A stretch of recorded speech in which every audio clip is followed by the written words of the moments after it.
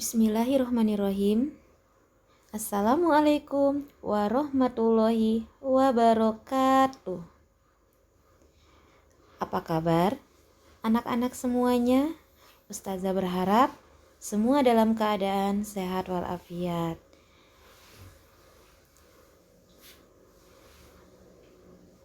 Berjumpa lagi dalam pembelajaran IPS pertemuan ke-12 bersama saya Ustazah Suryani.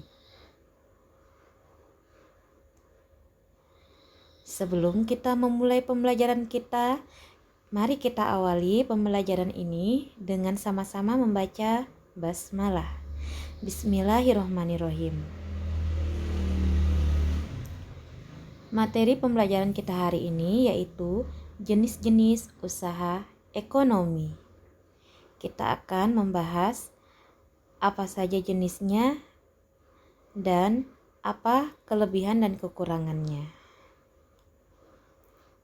Yang pertama, usaha perseorangan. Usaha perseorangan adalah usaha yang didirikan oleh satu orang. Usaha perseorangan itu dijalankan sendiri oleh orang yang membuka usaha. Jadi, hanya satu orang yang mendirikan. Nah, yang mendirikan ini yang langsung mengelola atau menjalankan usahanya. Contohnya ada rumah makan, bengkel, peternak, dan lain sebagainya. Adapun kelebihan usaha perseorangan apa saja? Yang pertama, keuntungan dinikmati sendiri. Karena dia sendiri yang mendirikan, sehingga keuntungannya hanya dia yang merasakan. Yang kedua, cepat mengambil keputusan dalam setiap masalah dalam usahanya. Jadi kalau ada masalah, tidak perlu rapat, tapi langsung diputuskan oleh pendirinya atau yang menjalankan usaha itu. Nah, dan yang terakhir, progres usahanya mengikuti kemauan si pemilik. Jadi, yang membuka atau pemiliknya ini mau seperti apa usahanya, dannya mudah untuk mengarahkan karena ini milik seorang, tidak milik bersama. Nah, itu untuk kelebihannya. Selain ada kelebihan, ada juga kelemahan dari usaha perseorangan. Apa saja sih kelemahannya? Yang pertama, modalnya terbatas karena hanya dari pemilik saja. Karena pemiliknya hanya satu orang, sehingga modalnya tidak terlalu banyak. Kedua, kreativitas usaha hanya dari si pemilik saja. Jadi karena hanya sendiri, jadi pemikirannya itu kreativitasnya hanya dari satu orang. Nah, dan yang terakhir, kerugian usaha itu ditanggung sendiri oleh pemilik. Kerugian usaha ditanggung sendiri oleh pemilik. Kenapa sendiri? Karena hanya dia sendiri yang mendirikan usaha tersebut. Ini untuk usaha perseorangan. Kita lanjut untuk usaha kelompok. Apa sih usaha kelompok itu? Usaha kelompok adalah usaha yang didirikan oleh 2 orang atau lebih, boleh 3, 4, atau bahkan 10.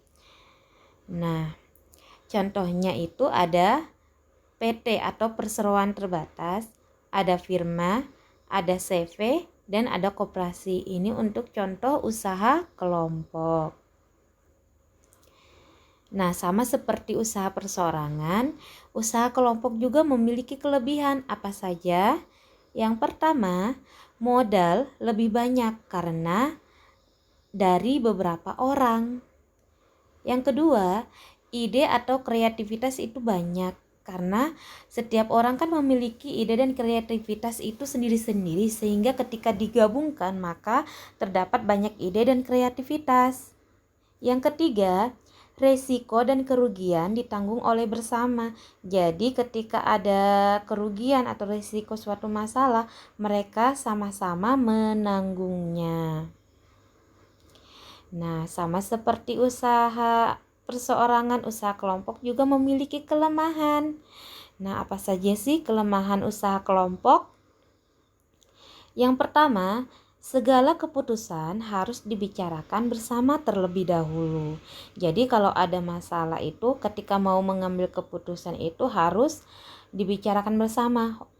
Contohnya dalam bentuk rapat. Yang kedua, sering terjadi beda pendapat antar anggota mengenai jalannya usaha. Nah, namanya juga didirikan oleh beberapa orang sehingga ketika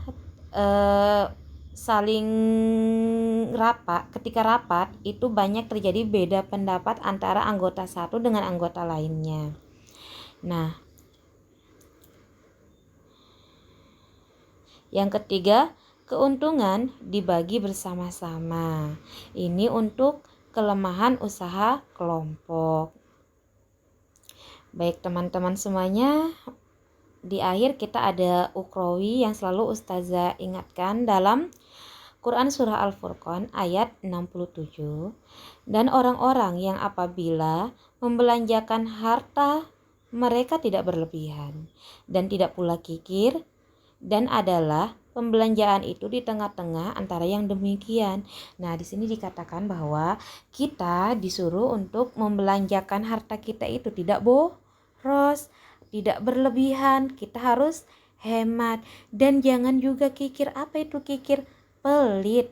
Jangan pelit terhadap sesama. Apalagi ketika kita melihat orang membutuhkan, marilah kita memberikan sedikit apa yang kita miliki untuk mereka.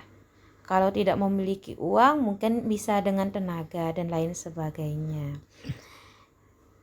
Nah, teman-teman, mungkin itu saja materi kita pada hari ini. Ustazah berharap semua dapat memahami materi dengan baik, terutama ketika kita mengetahui apa saja jenis-jenis kegiatan ekonomi tersebut. Mari kita akhiri dengan membaca hamdalah. Alhamdulillahirabbil alamin. Sampai jumpa di pertemuan selanjutnya. Ustazah akhiri. Wassalamualaikum warahmatullahi wabarakatuh.